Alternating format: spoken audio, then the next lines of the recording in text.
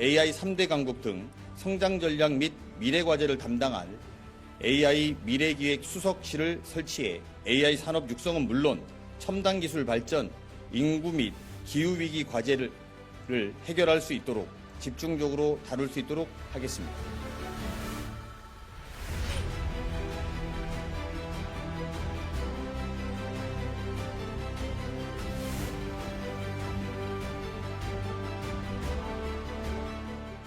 I'm very unnerved by something which has no control, something which I don't understand well.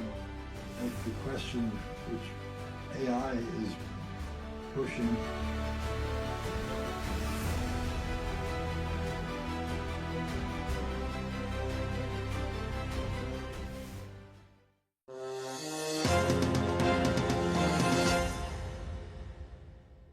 여러분 안녕하십니까. 시사포커스 인플러스 김동현입니다. 이재명 정부가 100조를 투자해서 우리나라를 AI 3대 강국으로 키우겠다는 계획을 내놨습니다.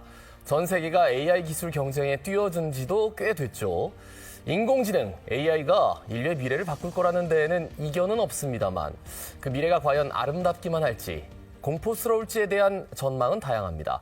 오늘 시사포커스 인플러스는 관련해서 전문가분들 모시고 토론 진행하겠습니다. 두 분 함께하죠. 송길태 부산대 AI 융합대학원장, 최재식 카이스트 AI 대학원 교수 두 분 함께합니다. 어서 오십시오. 자, 일단 소 교수님, 부산대에 인공지능 융합연구센터가 있습니다. 우리 센터장을 맡고 계신데 최근에 문을 열었다고 들었어요. 이곳은 어떤 곳입니까? 네. 저희 센터는 2020년에 과기부 인공지능 융합연구센터 사업 통해가지고 오픈을 했고요. 저희 인공지능이 요즘 글로벌 다 중요하게 생각하는데 우리 부산도 이런 인공지능 인력을 필요로 합니다. 그래서 우리 부산 지역의 산업에 특화된 그런 AI 석박사 인재를 양성하고 그리고 또 우리 산학연 그런 기반으로 해서 우리 기업과 이런 연구 프로젝트를 수행하는 그런 역할을 하는 센터라고 보시면 되겠습니다. 부산에서 본격적으로 AI를 연구하는 센터가 생긴 건 처음이라고 맞습니다. 봐야 되는 처음입니다. 거죠? 네, 그래서 저희는 2020년에 그 사업을 처음에 선정을 해서 오픈을 했고 네네. 2023년에 과기부 인공지능 융합 혁신 인재 양성 사업에 다시 선정이 돼가지고 계속해서 저희가 센터가 이제 국가로부터 예산을 지원을 받고 있습니다. 그리고 부산시도 저희 센터를 또 지원을 하고 있습니다. 일부러라도 많은 분들이 좀 모시려고 할 것 같아요. 센터장님은. 네. 네. 그래요. 차차 말씀 나누고요. 그럼 최 교수님은 인공지능 앞에 늘 설명 가능이라는 수식어를 붙이고 말씀을 해주시더라고요. 네. 특별한 이유가 있습니까? 네, 사실 인공지능이 많이 사용되고 있긴 한데 네. 인공지능의 원리가 좀 많이 복잡해져서 문제가 생겼을 때 그거를 수정하는 게 어려워지는 경우가 많이 있습니다. 예를 들면은 우리가 챗GPT 같은 서비스를 쓰다가도 답변이 틀렸다고 하면 어디서부터 잘못된 건지 알기가 되게 어려워서 네, 그렇죠. 그 복잡한 인공지능이 어떤 원리로 작동하고 또 우리가 원할 때는 왜 이런 결과를 나왔는지 설명해주고 고칠 수도 있고 하는 그런 연구를 하고 있습니다.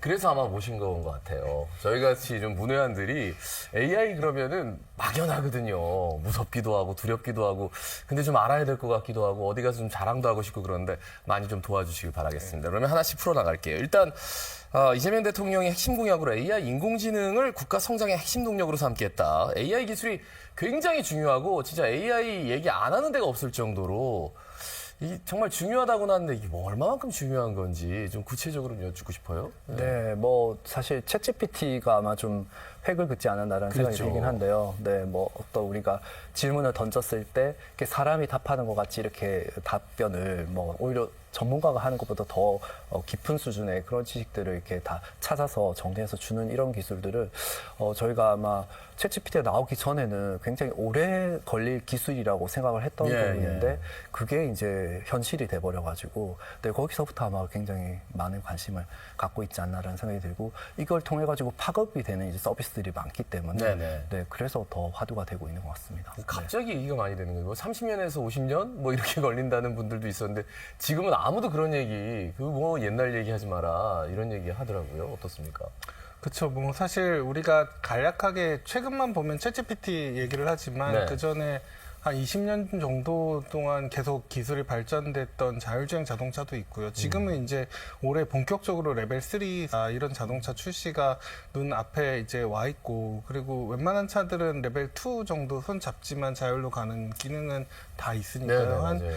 15년 정도만 해도 상상할 수 없었던 일이고, 그리고 이제 우리가 여러 디지털 마케팅이라고 하는데 상품 홍보할 때도 온라인으로 자동으로 이제 폰에서 이거 궁금하시죠? 관심 있으시죠? 이런 것들도 네네. 다 넘어갔고, 그리고 번역 같은 시장들은 지금 통번역 하시는 이제 공부하는 학생들이 되게 많이 위기감을 느낀다고 하실 만큼 온라인으로 하는 그런 이제 번역이 굉장히 되게 많으니까 일자리 변화도 크고 네네. 그만큼 경제적 효과도 큽니다, 사실은. 이제 왜냐하면 일자리에 변화가 있다는 건 그만큼 우리가 AI 서비스를 더 쓰게 된다는 거고, 그 서비스를 만드는 사람들이 어찌 보면 돈을 더 벌게 된다는 거고, 우리도 거기에 의존하게 된다는 거니까 그런 서비스를 많이 만들어야죠. 결국은 이제 그 사람한테 이제 맞는 걸 찾아주는 건데, 정말 휴대폰마다 이렇게 보면 이게 뭐 남의 휴대폰 보는 게 조금 뭐 문제는 있습니다만, 그래도 이렇게 보면 알고리즘이 너무 달라가지고 각각의 관심을 너무 잘 찾아 나가는 것 같아요.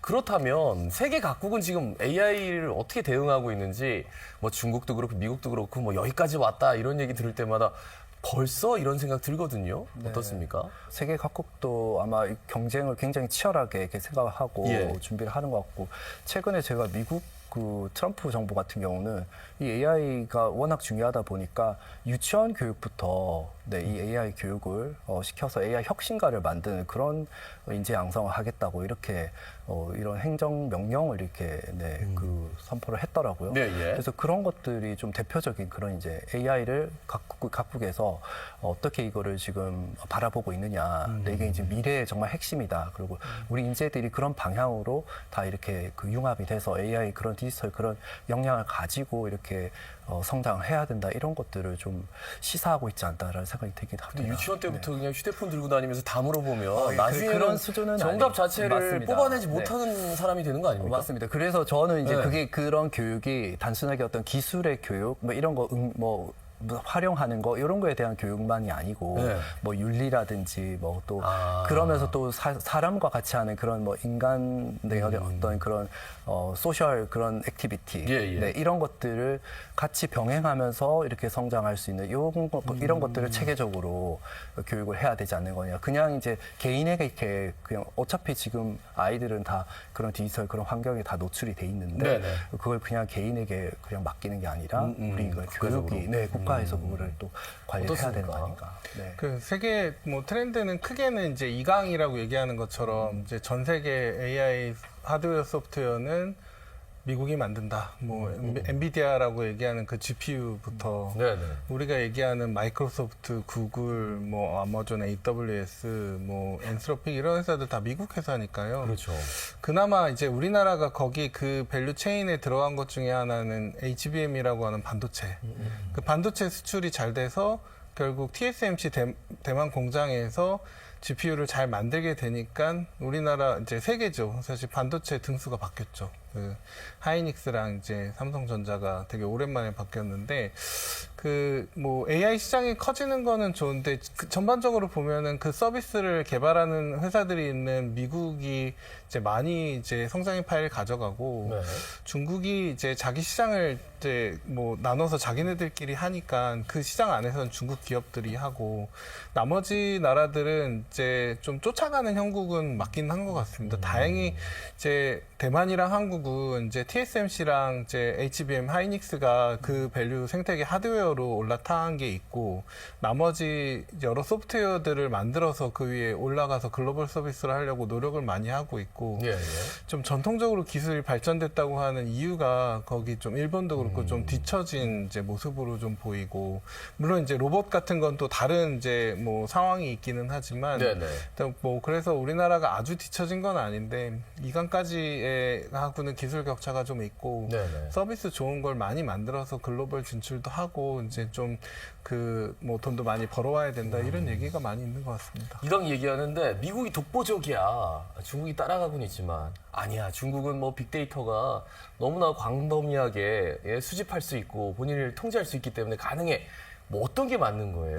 다 맞습니다. 사실은 네. 이제 미국이 독보적인 이유는 미국이 그 AI 소프트웨어 하드웨어에 대한 이제 선제적인 투자가 장기적으로 굉장히 큰 규모로 되어 있어서 이제 그래서 뭐 마이크로소프트가 100조를 뭐 컴퓨팅 센터에 투자한다고 하는 게 사실 빈말이 아닌 게 전 세계 서비스를 하는데 100조 투자해서 할 수 있는 게 왜냐면은 삼성전자도 평택에 공장 만들 때 100조 투자한다고 얘기했었던 예, 걸 예. 보니 글로벌 1등이니까요, 삼성이. 이제 그래서 사실 규모의 경제를 미국 회사들이 하고 있는 게 있고 이제 중국은 사실은 이제 외국의 글로벌 서비스를 하고 있지는 못하지만 국내 시장이 크고 안에 내부 경쟁을 많이 시켜서 그런 경쟁력을 유지하고 있는 게 있는 것 같습니다. 그리고 중국 같은 경우는 이제 원래 그런 막대한 인프라나 이런 기술을 가지고 원래 AI 모델, 뭐 거대 언어 모델 이런 것들을 개발할 수 있다. 그런 걸 갖췄을 때만, 그런 환경이 될 때만 가능했다라고 한다면 그래서 미국 뭐 독주 체제다 이렇게 생각했지만 최근 이제 중국이 딥시크 이런 네네. 기술을 보여주면서 이제 경량화 이런 그렇게 큰 거대한 그런 플랫폼이 아니어도 이렇게 그런 모델을 개발할 수가 있다 이런 것들을 보여준 측면에서 어떻게 보면은 우리가 쫓아가는 그런 우리나라 같은 경우도 그 지금 많이 원래는 사실 넘보기 어려운 그런 거대한 장벽이었다고 하면 우리가 이제 해볼 만하다 이런 그런 네네. 분위기로 좀 바꾼 건 있는 것 같습니다. 네. 정말 거대한 시스템이 필요한 그 챗 GPT라는 그리고 오픈 AI 시장에 딥시크라는 게 나오면서 네. 많은 사람들이 좀 놀라기도 했고 그래서 미국의 주식시장도 막 급락하고 이런 모습들을 보다가 다시 또 올라왔어요.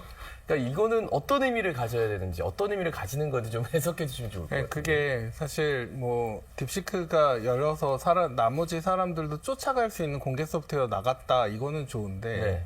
사람들한테 물어보니까 이제 직장인 분들한테 네. 어떤 서비스 쓸래요?라고 하니까 제일 안심할 수 있는 1등 서비스를 쓰는 거예요. 아. 그래서 최근에 매출이 이제 구글도 그렇고 오픈AI도 그렇고 엄청 많이 늘었다고 합니다. 왜냐하면 그 서비스를 써서 쓸 때 이제 좀 안전성이 떨어질 것 같기도 한 중국 서비스를 쓰는 것보다는 네네. 좀 미국 서비스를 쓰는 게 좀 이렇게 더 안심된다고 생각해야 될까요? 그래서 매출이 많이 늘어나고 있어서 그 영향이 있을 것 같고, 근데 이제 손 교수님 말씀하신 것처럼 딥시크가 나오면서 이제 소버린 AI라고 하는 좀 1, 2등이 아닌 그런 이제 나라나 기관들도 좀 자신감이 생긴 거죠. 그렇죠. 우리도 할 수 있겠다. 그리고 이제 GPU 가격도 요새 많이 싸져가지고 그래서 이제 거기다 우리도 우리 거 돌려봐가지고 이제 서비스 만들면 되겠다. 이런 건 새로운 기회가 많이 생겼다고 생각합니다. 예. 국내외 사례, 그러니까 국내 사례를 조금 짚어드릴게요. 일단 송 교수님이 지금 의료 현장과 뭔가 이제 복합적으로 움직일 수 있는 AI 시스템을 개발하고 있다. 뭐 어떤 시스템입니까? 네, 그래서 지금 뭐 그런 뭐 챗GPT에서 라지 랭귀지 모델 뭐 이런 이제 코어 기술들은 이렇게 급속도로 발전을 하는데 실제 이제 저희가 특히 부산대와 같은 그런 이제 이런 우리 거점 국립대로서는 네네. 그 지역 산업에 좀 더 융합된 그러한 AI 모델을 특화된 그러한 모델을 만드는 게 좀 중요한 우리 역할이라고 생각하고요. 그래서 저희는 특히 이제 우리 지역이 또 워낙 고령화나 이런 걸로 인해 가지고 의료 서비스 이런 데 워낙 관심이 많고 그런 수요도 많다고 보니까 저희 부산대는 이제 병원과 병원 데이터를 기반으로 하는 그런 AI 연구를 하고 있습니다. 한 예로는 이제 심장질환 환자에 대해서 심장질환 환자 같은 경우는 사실 어떻게 보면 분초를 다투는 그런 상황 위기에 놓일 수도 있거든요. 그렇죠. 근데 그런 상황이 되기 전에 미리 이런 환자는 그런 위험에 처할 수가 있다고 한다면은 그거를 미리 저희가 처음 뭐 예방을 내원을 했을 때 그때 이렇게 먼저 인지를 할 수 있다고 한다면은 뭐 입원 처리를 할 수도 있고 그래서 더 정밀하게 이렇게 케어를 할 텐데 그런 부분들을 미리 좀 예우를 저희가 알려드리는 그런 서비스가 굉장히 의료 현장에서 필요하다라고 해서 부산대 병원 그 심장질환 그 임상 그 교수님과 같이 해서 저희가 그런 그 프레임워크 AI 정밀 의료 AI 프레임워크를 만들었고요. 그리고 여기 이 기술의 좀 특징은 단순하게 저희가 어떤 위험도만 알리는 게 아니라 그 위험도를 예측하게 된 그 근거, 사실 우리 최재식 교수님 전문 파트이신데요. 그 설명 가능 근거를 저희가 그 임상 지표에서 어떤 파트 때문에 이분은 예후가 굉장히 안 좋을 걸로 예상이 된다. 이거를 짚어주기 때문에 임상 전문가가 더 신뢰하고 이 결과를 진단에 활용할 수 있다는 데서 저희가 좀 여러 가지 생각을 가능성 했습니다. 중에서 지금 전체적인 걸 보니까 네. 이게 조금 더 네. 문제가 있을 수 있을 것 같다라고 이제 진단할 때 조금 도움을 더 받을 수 있다는 거예요? 네, 그러니까 예를 들면 어떤 약물 투여, 여러 지표들이 있을 수 있는데 어떤 특정 약물을 투여했는데 그 투여량이 보니까 이렇게 저희가 그 투여량이 좀 과다했기 때문에 예. 이 환자가 조금 더 위험도가 높다라고 그렇게 예측을 한다면 임상 전문가가 그걸 지표를 보면 실제로 좀 과한 것 같아. 그걸 낮춰보면 위험도가 떨어지는 걸 AI 모델을 통해서 확인을 하게 되고요. 네, 그런 걸 통해 가지고 임상 전문가가 한층 더 신뢰할 수 있는 그런 결과가 된다는 겁니다. 그러니까 의료 현장에서 이렇게 많은 것들을 지금 할 수 있고 또 할 수 있는 가능성들을 열어젖히고 있는데 사실 최 교수님도 뭐 당장 기업을 운영하시는 분이고 현장에서 많은 것들을 조언하고 또 협업을 하고 계시잖아요. 그런 사례들 좀 말씀해 주시면 좋을 것 같습니다. 이제 우리나라가 가지고 있는 되게 좋은 데이터 중에 하나가 제조 데이터입니다. 사실 AI를 하기 위해서는 이제 하드웨어 인프라 그리고 인력 그리고 데이터가 필요한데요. 그 중에서 이제 여러 공장들에 있는 데이터가 많이 있는데 부산에도 이제 컬러 강판을 만드는 세계적으로 유명한 이제 그 철강 회사가 있어서 저희가 그 AI 모델을 만들어서 그 철강 회사에서 가열로를 온도를 자동으로 조정하고 하는 거를 자동으로 최적화하는 그런 이제 프로그램을 만들어서 이제 공급을 하고 지금 자동 운전을 이제 높이고 있습니다. 예. 제가 듣기로는 제조업체들이 기존에 이제 어떤 조립 생산 이런 라인들을 이렇게 계속 가동을 하다가 잘못되면 끊어야 되잖아요. 그런데 이 AI를 이용하면은 끊지 않고 막 여러 가지를 종합적으로 만들어낼 수 있고 변화시킬 수 있다. 이런 얘기가 솔깃하더라고요. 어떻습니까? 우리나라 제조업의 GDP 기여율이 한 30% 가까이 되는데 수출은 대부분 제조고요. 그렇죠.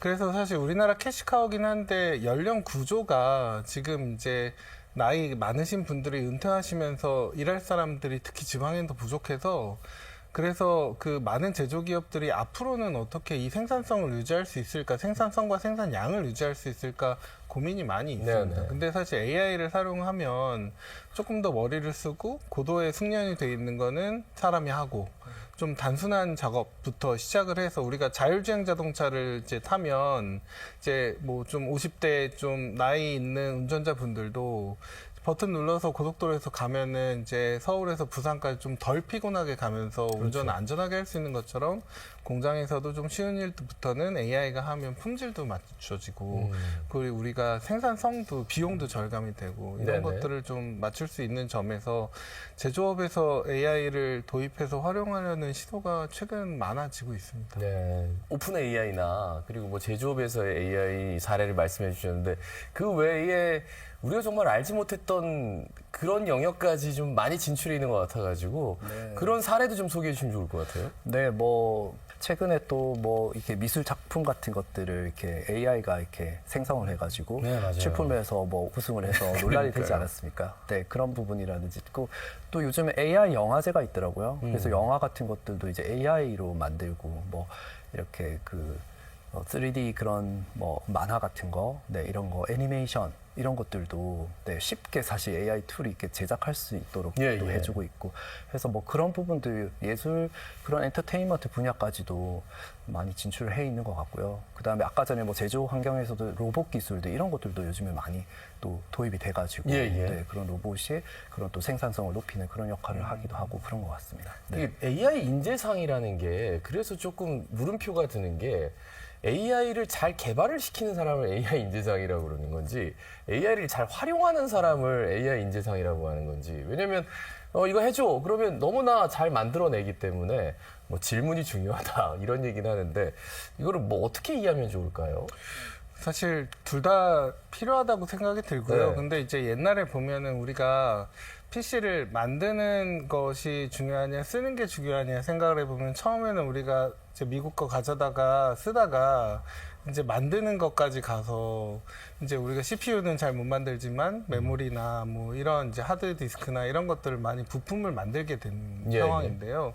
AI가 어찌 보면 좀 비슷한 것 같긴 합니다. 그래서 이제 만드는 사람의 역할이 있고 또 쓰는 사람의 역할이 있는데, 그러니까 제 생각에는 너무 쓰는 사람들만 많아도, 너무 만드는 사람들만 많아도 또 사실 부작용이 있고, 만들고 쓰는 사람이 서로 이제 적절히 섞일 수 있어야 또, 그리고 만들어서 세계 글로벌 서비스 하는 사람들의 부가가치가 사실 더 클 수밖에 없기는 하거든요. 네네. 왜냐하면 해외에서, 세계에서 매출을 일으키니까 전 세계 GDP의 우리나라가 2%라고 생각해보면 50배 넓은 시장에서 사실 레비뉴, 이제 그 수익을 얻어오는 거니까, 우리 웨어벌이라고 얘기했던 것처럼. 그래서 잘 쓰는 사람이 만드는 행태계도 이제, 그러니까 잘 만들지만 잘 만드는 것도 육성을 잘 시켜서 글로벌 진출도 할 수 있게 하는 게 우리에게 좋을 것 같다라는 생각입니다. 그러니까 인공지능 융합연구센터장 맡고 계셔서 네. 그 부분에 대한 고민도 굉장히 커야 될 것 같아서. 맞습니다. 예. 저희가 사실 인공지능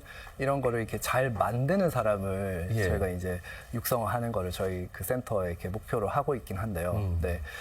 근데 사실 이렇게 또 잘 만들려면 잘 알아야 되니까 잘 쓸 줄도 알아야 되긴 하거든요. 네네. 그래서 뭐 그런 부분들에 대한 것도 있고요. 그다음에 사실 이게 기술이 워낙 또 빨리 바뀌고, 예전에는 사실 이런 뭐 우리가 인공지능을 만들려고 하면은 그런 뭐 이렇게 파이썬 이렇게 프로그래밍 코딩을 이렇게 밑바닥부터 이렇게 차근차근 이렇게 네, 했었어야 맞아요, 했거든요. 맞아요. 네. 근데 지금은 뭐 AI가 또 이런 프로그래밍 코딩까지 할 수 있는 그런 이제 AI 서비스들이 있거든요. 그리고 그러니까요. 지금 뭐 구글이나 이런 글로벌 기업들도 다 이제 그런 서비스를 써서 그런 플랫폼 기반하에서 이렇게 개발하기 때문에 기존에 이렇게 개발하는 데 굉장히 오래 걸렸던 것들이 이제는 아주 짧은 시간에 이렇게 만들어질 수 있는 그런 상황이 됐기 때문에, 네, 이런 부분에서 어떻게 이제 그런 AI 인재를 네, 네. 우리가 교육을 할 거냐, 이런 부분에 대해서도 네, 굉장히 고민이 많습니다. 그리고 사실 전문가들 직장 내에서도 네, 네. 그런 커리큘럼 뭐 이런 것들, 뭐 프로그램 이런 것들을 어떻게 우리가 다시 체계를 갖출 것이냐, 이것도 굉장히 좀 어떻게 보면 큰 숙제라고 지금 볼 수 있습니다. 그렇죠. 네, 네. 특히나 이게 교수님들 뭐 리포트 해와라 그러면은 전부 다 물어보고 해오고, 그러니까 AI의 제일 천병에 계시고 개척자, 프론티어적인 역할을 하는 두 분이기 때문에 그런 것들은 바로 아십니까? 좀 여담이긴 합니다만. 예. 바로 아세요? 보면 알 수 있죠. 왜냐하면 사람이 쓴 거랑 다르게 좀 어색하다기보다는 좀 정형적인 결과물이 나와 있다. 정형적인 결과물.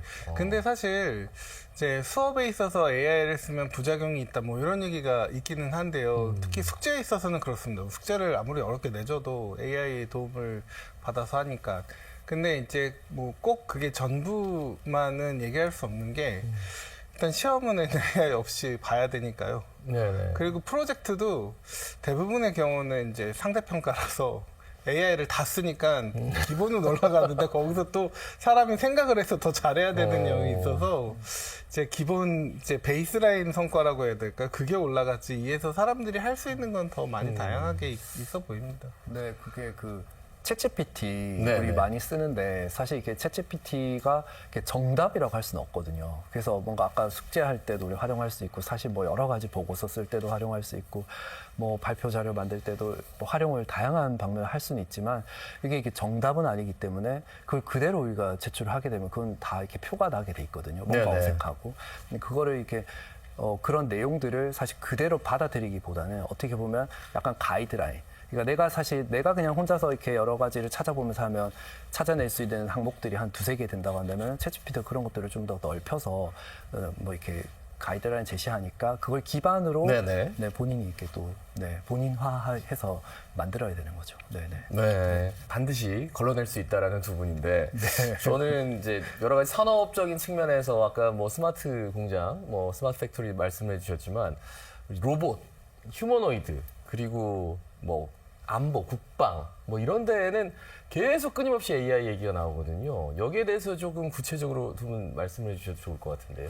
네, 관련이 될 텐데, 그 보안 관련돼서 지금 많은 변화가 일어나고 있습니다. 그래서 사실 개인정보 포함해서 보안이 유출됐다는 얘기가 많이 나오는데, 유출의 핵심 중에 하나는 AI가 악성 코드를 새로 만든다. 그래서 그 새로 만든 거를 막는 게 또 AI로 해야 되는데 아직 준비가 안 됐다. 이 얘기가 많아요. 그러니까 원래 패턴이 있었는데 그 중에 뚫리는 패턴이 AI가 만들어 놓고 시도를 해보다가 뚫리는 이런 것들이 많고 당연히 뭐 최근에 이제 여러 우크라이나나 러시아 전쟁도 있지만 뭐 무인기가 가가지고 자동으로 공격하는데 안 보인다. 그러면 막는 것도 사람이 막을 수는 없는 거니까 밤에 네. 그거를 막는 것도 AI가 AI가 막아야 해야 된다. 된다. 특히 이런 저런 이제 뭐 군 시설뿐만 아니라 이런 그 우리 공장에 있는 석유화학 시설 같은 것들 이런 것들은 또 그런 보안들이 또 중요해지니까 AI로 인한 변화가 이제 세부적으로는 엄청 많이 일어나고 지금은 그 뭐 그러니까 보안 관련된 이슈가 많이 일어나고 있는 것으로 보입니다. 이게 지금 당장도 이렇게 TV 보면서 저게 맞나? 약간 딥페이크 뭐 이런 것들도 좀 걱정이 되고, 네, 보안 문제 말씀해 주셔가지고요. 계속해서 여쭙겠습니다. 맞습니다. 그 사실 이제 그 AI가 악용되는 부분에 대한 것들이 아마 가장 많은 우려가 있으신 것 같고 많은 분들이 걱정하시는 부분이 아닌가라는 생각이 들긴 하고요. 이 로봇 기술들이 이렇게 발전을 해서 뭐 산업에도 쓰이고 하면 우리가 편리해서 좋긴 하지만 이게 전쟁에 쓰이면 로봇이 그저 인간을 이렇게 또 살상할 수 있는 이런 식으로도 악용이 될 수 있으니까 이 부분에 대한 이제 우려가 많이 있는 것 같긴 합니다. 네.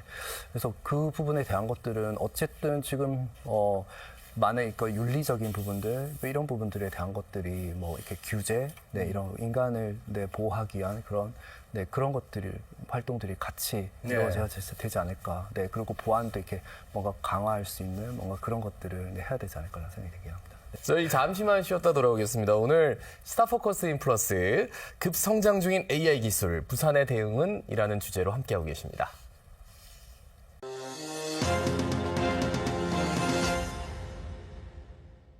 네, 시사포커스 인플러스 오늘 AI 기술 관련해서 말씀을 나누고 있습니다. 앞서는 이제 AI가 얼마만큼 지금 많이 발달해 있고 또 AI가 얼마만큼 우리 실생활에 적용이 되고 있고 앞으로 어떻게 될지 조금 더 긍정적인 면이었다면 이번에는 우려점도 좀 얘기를 해볼 필요가 있을 것 같아요. 인간을 닮아가는 AI, 인간을 능가하는 AI 여기에 대해서 우려하는 학자들의 목소리가 굉장히 요즘 자주 나오고 있습니다. 뭐 어떻게 봐야 될까요? 교수님? 사실 AI 자체가 문제가 있다기보다는 이제 AI 학습 데이터를 수집을 할 때 그 안에 뭐 사람들의 걸러지지 않은 본성이라고 해야 될까요? 이런 것들이 같이 있어서 많은 기업들이 좀 부정적인 의견이나 부정적인 내용을 빼고 학습하려고 하긴 하지만 그럼에도 불구하고 사람들이 질문을 했을 때 이제 AI가 그런 내용을 이제 답변할 때가 있죠. 네네. 뭐 욕해보라고 한다던가 핵폭탄 어떻게 만들어? 어디 가면 마약을 살 수 있니? 등등등이요. 그래서 이런 답변을 안 하도록 여러 이제 저희가 세이프 가드라고 하는데 그 이제 뭐 그런 방어 기제를 만드는데 이제 사람들이 질문을 막 공격적으로 하면서 그런 답변을 유도하면 AI가 욱 하면서 얘기를 하게 된다든가 그래서 결국 그런 정보를 빼낸다든가 뭐 이런 게 이제 계속 AI를 쓰면서 이제 나타날 수 있는 부작용이라고 생각합니다. 저도 얼핏 본 것 같아요. 계속 물어보는 거죠. 네. 계속 물어보고 계속 귀찮게 하고. 욕할 때까지 뭐 예를 들면 네. 그래가지고 이거 봐라 그러면서 이제 뭐 이런데 화면에 이렇게 영상 나오고 하더라고요. 네. 그 진짜로 이렇게 인간을 능가할 수 있는 AI, 인간을 좀 우려하게 할 만한 AI 출현이 가능할까요? 사실 우리가 많은 그런 또 기술 진화들을 우리 인류 역사에서 이뤄왔는데 네. 원래 의도한 바는 그런 방식으로 우리가 개발한 건 아니지만 그게 결국에는 뭐 전쟁에 악용되고 이런 식으로 다른 형태로 여러 범죄에 뭐 악용이 되고 이런 사례들은 있어 왔기 때문에 AI도 뭐 그런 사례들이 뭐 나오지 않을 수 없다라고 저는 생각하긴 합니다. 네. 근데 이제 마찬가지로 그런 기술이 악용되는 그런 부분을 막기 위한 또 그런 노력을 많이 기울여 왔지 않습니까? 그래서 AI 대해서도 그런 부분에 대한 것들을 저희가 뭐 이렇게 법적인 그런 부분들, 그다음에 그런 기술이 이렇게 악용되지 않도록 AI 기술이 악용되지 않도록 하는 부분에 대한 그런 또 기술 개발, 그리고 뭐 연구나 이런 노력 것들이 각계각층에서 이루어져야 되지 않을까라는 생각이 들긴 합니다. 예. 네, 네. 조금만 더 구체적으로 들어가면 뭐 2027년, 2030년, 2027년이 뭐 당장 얘기가 되고 있더라고요. 뭐 인간을 뛰어넘는 AI가 나올 것이다. 뭐 이런 얘기가 있던데 두 분은 어떻게 판단하시는지요? 그 사실 인간을 뛰어넘는다라는 게 좀 정의 자체가 모호할 수도 있는데 그 부분적인 기능만 보면 이미 인간을 뛰어넘는 AI 뭐 시스템 혹은 뭐 자동화된 시스템 많이 있죠. 네, 예를 네. 들면은 우리가 뭐 매일 검색을 쓰지만 검색 엔진에 있는 이 데이터를 모두 기억하고 있는 사람은 없는데 이 서비스에서 이제 데이터를 잘 가져오는 것도 있고 지금은 그게 예전에는 검색을 기반으로 내가 읽었어야 되는데 읽어서 자동으로 이제 뭐 표도 만들어준다든가 뭐 아니면 정리도 해준다든가 네. 이런 건 어찌 보면 인간을 이미 뛰어넘었죠. 근데 이제 그 우리가 좀 걱정하는 건 뭐냐면 한 기능, 뭐 예를 들면 눈으로 보는 거, 그리고 요약하는 거, 그리고 이제 뭐 말을 듣는 거, 뭐 이런 것들을 한 기능씩은 잘했는데 그런 기능들을 다 통합해서 사람보다 더 일반적인 능력이 더 좋은가? 요거는 좀 뭐 저는 이제 뭐 여러 가지 각도에서 볼 필요가 있을 것 같긴 합니다. 뭐냐면은 뭐 전수 전략도 있고, 그리고 심리적인 면도 있고, 그리고 사람의 신체도 있고, 물리적인 것도 있고, 다양한 면이 있기 때문에 일단 뭐 몸으로 움직이지 않는 거는 뭐 당연히 지금 AI가 사람보다 더 정확하게 자동화된 일을 하는 것들이 많이 있고, 네네. 아주 어려운 거 말고요.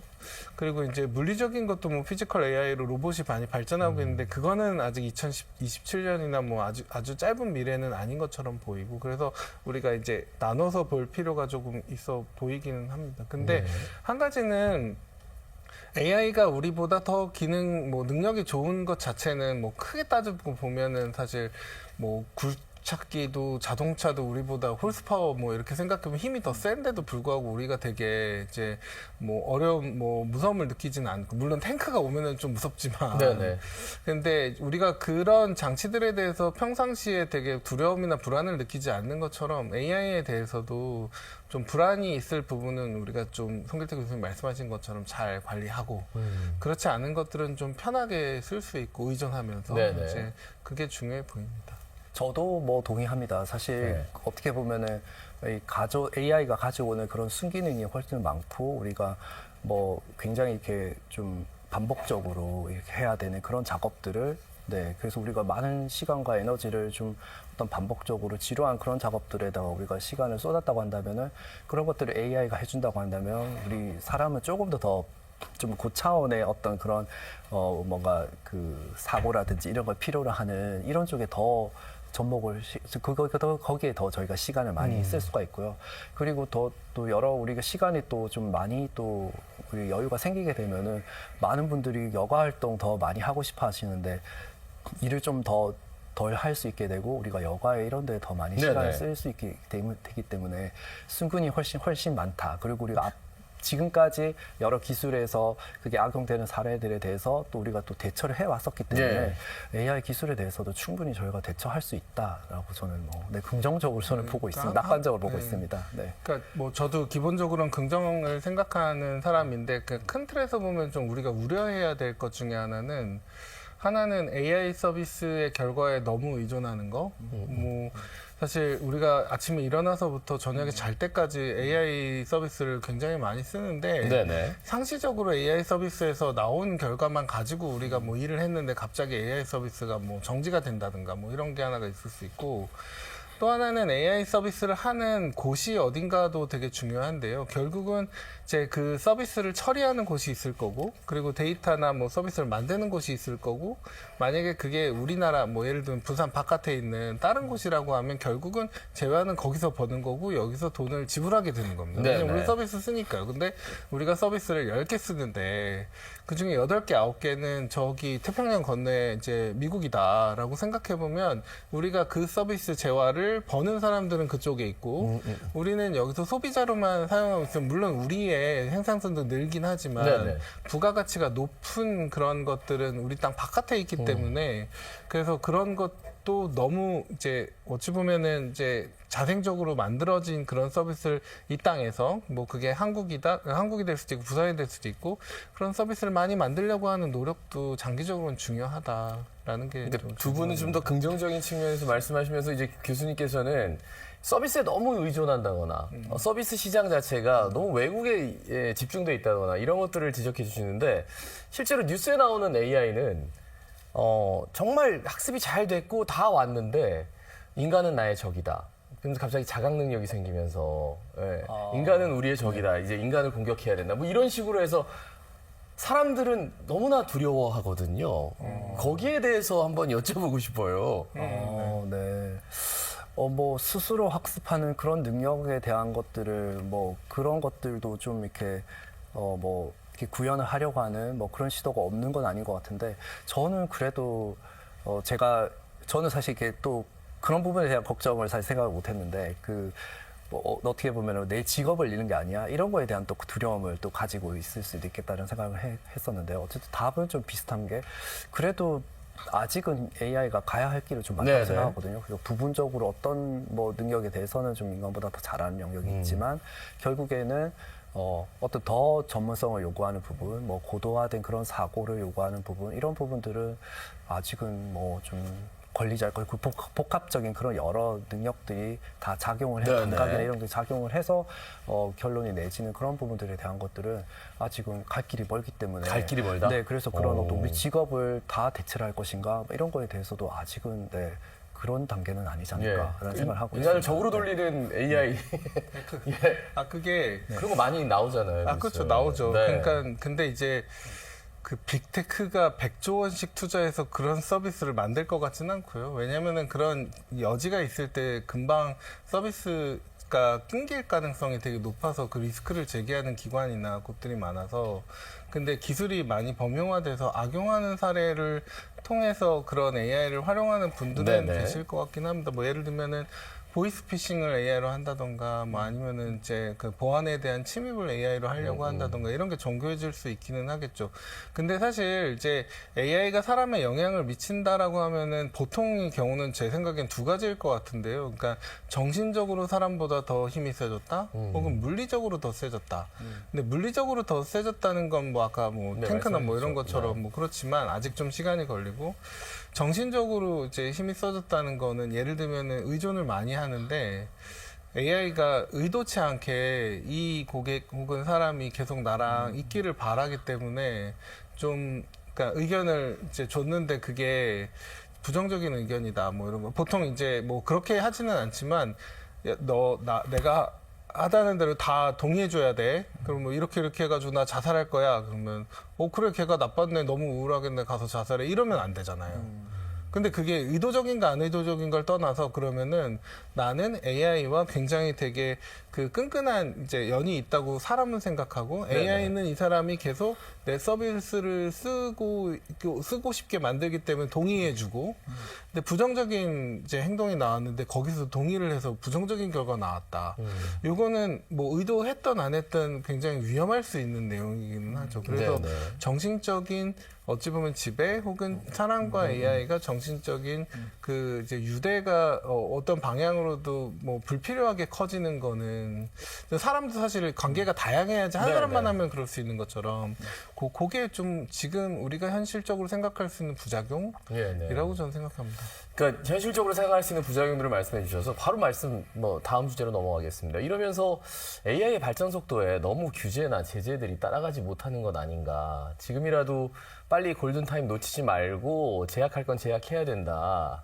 이런 의견들이 굉장히 많이 나오고 있거든요. 두 분은 좀 긍정적으로 바라보는 것 같아가지고 어떻게 생각하세요? 일단 우리나라도 벌써 그 인공지능 기본법이 2024년 말에 이렇게 통과가 됐더라고요. 네, 그래서 뭐 조금 늦긴 했지만 발빠르게 대응을 하고 있는 것 같고요. 그 유네스코에서도 예전에 인공지능 윤리 관련해서 그런 뭐 지침 같은 것들을 2021년에 네네. 내기도 했었고요. 그래서 뭐 그런 부분이 있는데 한편으로 이게 이제 그 양날의 칼이 될 수도 있는 게 어떤 규제 이런 부분에 부작용에 대한 악용에 대한 우려 때문에 우리가 이제 규제를 해야 된다, 법적으로 제재를 해야 된다, 관리를 해야 된다라고 생각할 수 있지만 또 한편으로는 이제 그 법이 통과가 되고 나니까 이쪽에 관련된 업계에서는 또 이게 데이터가 더 많이 이렇게 공유가 되고 해서 생태계를 이렇게 비즈니스가 더 이루어질 수 있도록 네네. 더 많은 서비스들이 각 산업에 이렇게 융합될 수 있는 그런 것들이 개발돼야 되는데 이 규제를 통해서 이게 지금 못 못하게 지금 옥죄고 있다. 이런 부분에 우려도 또 있는 건 사실이거든요. 네. 그렇습니다. 네. 네, 그 사실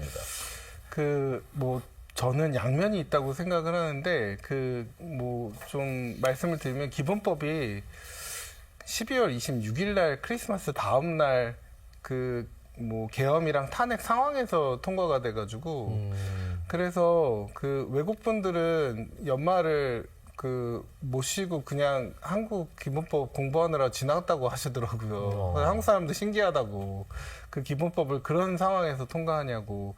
근데 통과한 거는 맞는데 사실 이제 기본법에 들어있는 건 육성과 규제입니다. 사실 근데 육성은 여러 가지로 이제 그런 기업들에게, 그런 연구기관에게, 그리고 소프트웨어, 하드웨어 생산하는 그런 이제 곳들에게 좀 이득을 주겠다라는 게 명확하지가 않아요, 아직.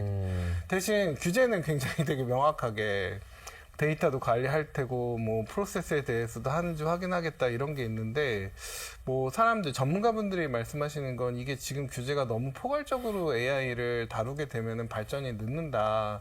왜냐면 중국은 학습 데이터를 몇억 명의 학습 데이터를 얼굴 인식 데이터를 써서 센스타임과 이제 그런 유명한 기업을 만든 것도 사실 되게 유명한 얘기고, 그리고 빅테크들이 안에서 내부적으로 그 많은 데이터를 가지고 학습 데이터로 활용을 해가지고 AI 모델 고도화했다 이런 것들도 사실 알려진 내용인데, 우리 기업들이 그 데이터를 관리하는 거에 엄청 많은 압력을 받는 게 사실이거든요.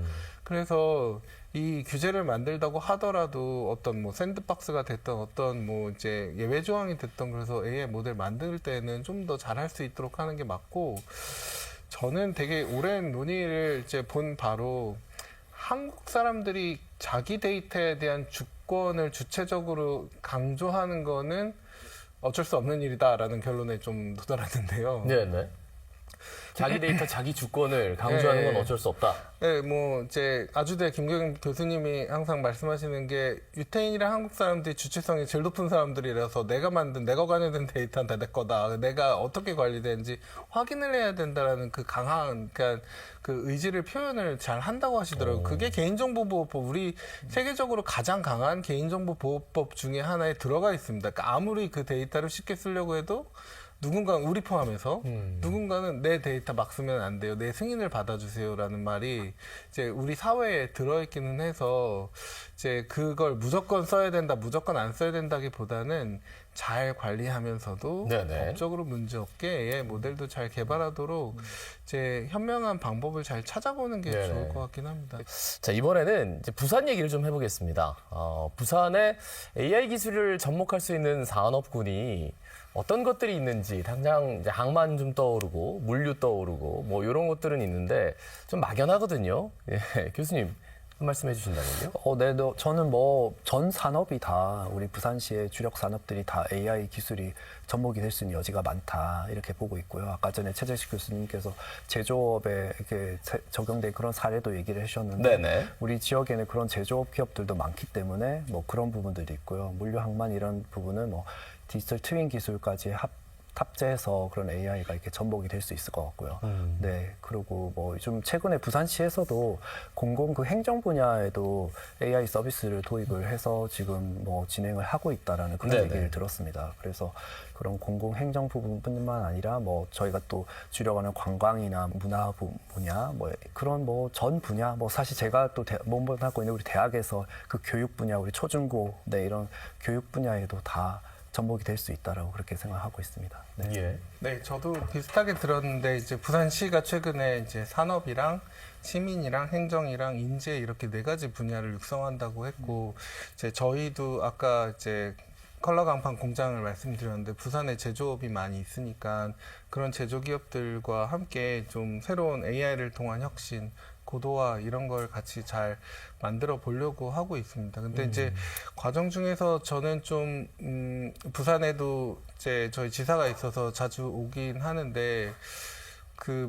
이제 부산이 물론 이제 IT나 센텀이나 새로운 이제 그 산업도 좋지만, 전통적으로 제조업을 좀 다른 도시의 그 뭐 지방에 놓쳐서 혹은 네네. 이전돼서 없어진 그런 일자리들이 꽤 많아 보인다. 왜냐하면 옆에 있는 도시들인 경남, 창원 그리고 울산만 해도 제조업이 그대로 많이 있어서 네네. 일자리가 또 특히 요새 조선 특수 그리고 방산 특수가 있을 때 훈풍이라고 해야 될까요? 경제적인 그게 오는 게 보이는데 물론 이제 부산에는 중심 도시로서 거기 있는 분들이 많이 와서 살지만 부산시 자체에서는 좀 강한 제조 기업들을 키우는 거가 좀 뭐 글로벌 트렌드에 비해서 예를 들면 트럼프도 미국에 와서 제조업 공장 세워라 이러는데 사실 제조가 이제 옛날 굴뚝에서 뭐 이제 매연만 나고 이런 제조만 생각하는데 첨단 제조가 굉장히 많거든요. 그래서 그런 것들도 AI랑 로봇이랑 결합해서 부산이 좀 잘 할 수 있으면 좋겠고 저희도 뭐 기회가 있으면 많이 기여하고 싶은 생각입니다.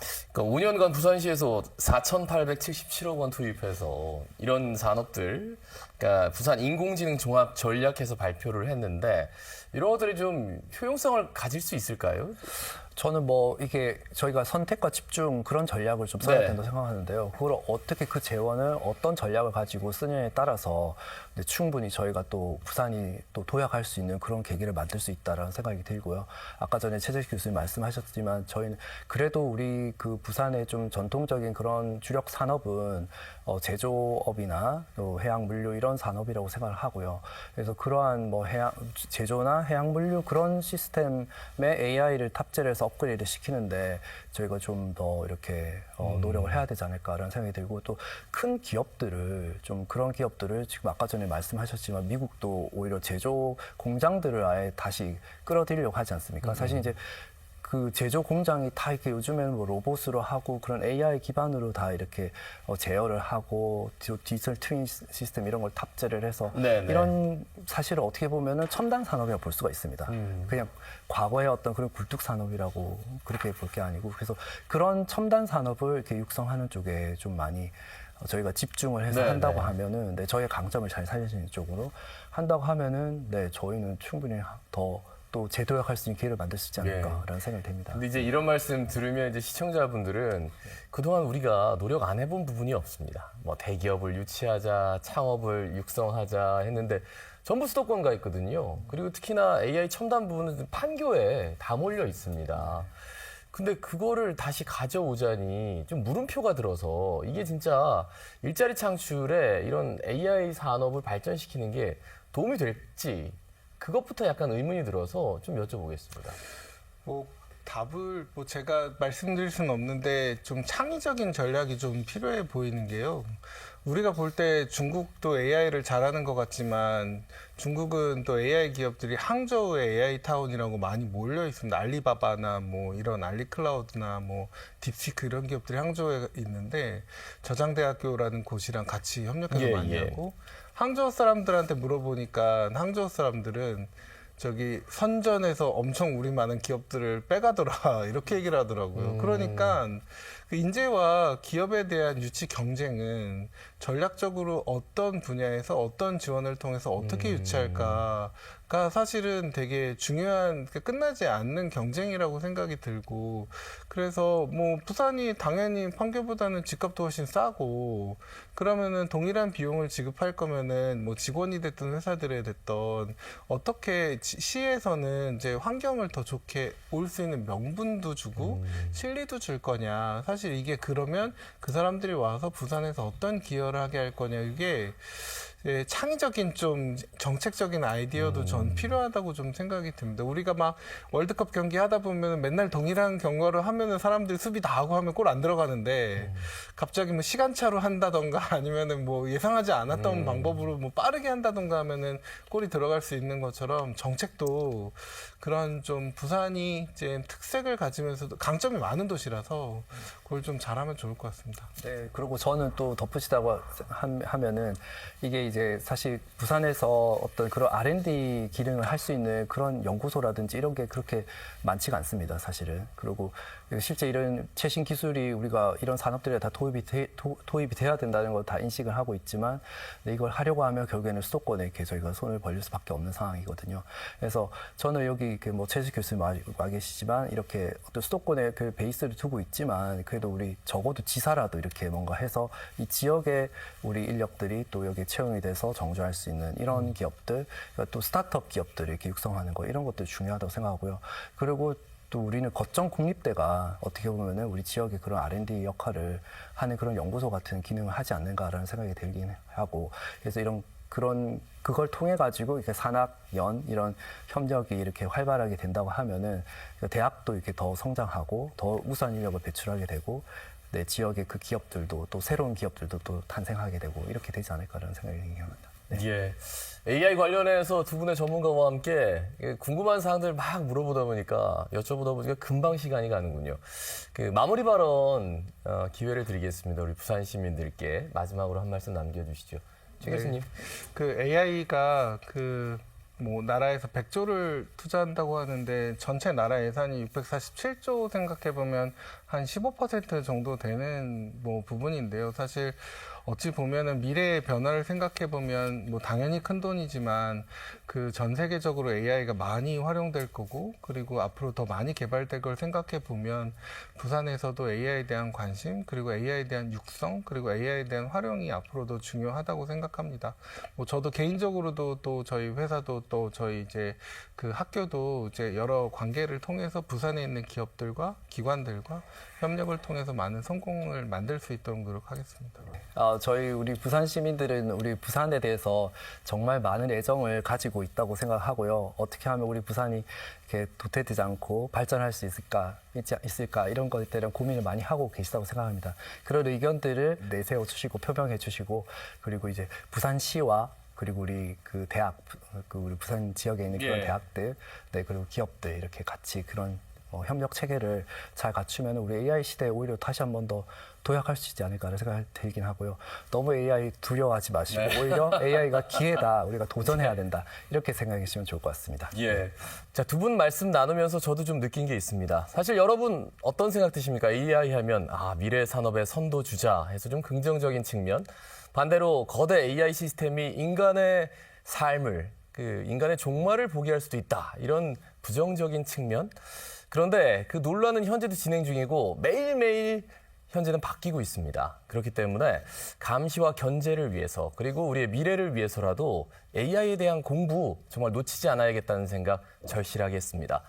스타포커스 인플러스 다음 주에 더 즐거운 주제로 여러분 찾아뵙도록 하겠습니다. 여러분 고맙습니다.